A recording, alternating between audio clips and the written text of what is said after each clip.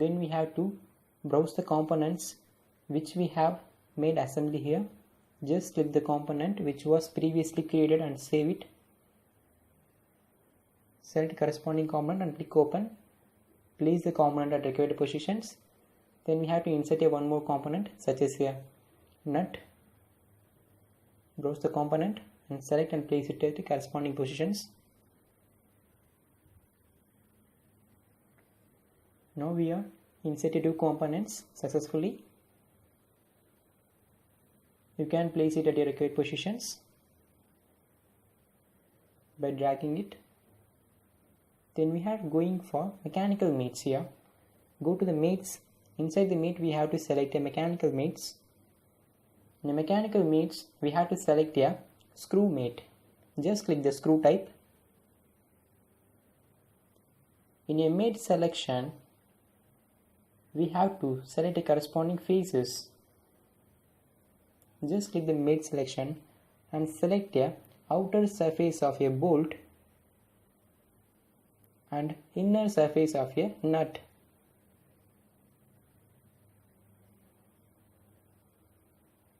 Now the mechanical mates is successfully applied here.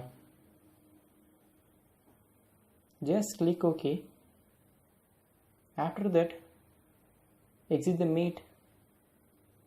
Then you have to make a rotating movement by fix either the nut or bolt. Just I can fix the nut. I can float the bolt. Make the right click on nut and make it as a fix. Then just go for rotate component and select a component to be rotated. Now the screw is rotated into the nut. Mechanical mates is successfully applied here. I hope guys you understand. To get regular updates of my video, please subscribe in my channel. Don't forget to like and share. Click the button subscribe and notification symbol.